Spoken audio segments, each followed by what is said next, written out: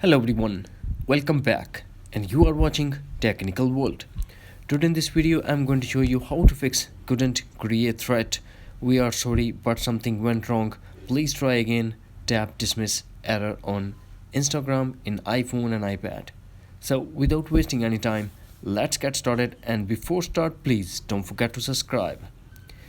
The first thing that we have to do, launch settings. Then we have to go to General and tap Transfer Reset iPhone and tap Reset. Here we have to tap on Reset Network Settings to refresh your internet connection. Now put iPhone passcode and tap again Reset Network Settings to confirm your action. After refresh the internet connection, we have to go back to iPhone home screen and tap and hold the App Store. Here we have to tap on Updates. Now check the list. Is there is any update available for Instagram? If there is, then we have to tap Update to update Instagram. Now go back to Settings and tap General, tap iPhone Storage.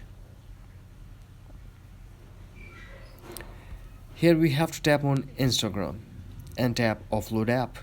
Now tap Offload App again.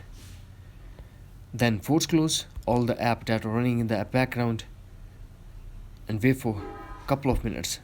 Then we have to go back to Settings and tap General, iPhone Storage,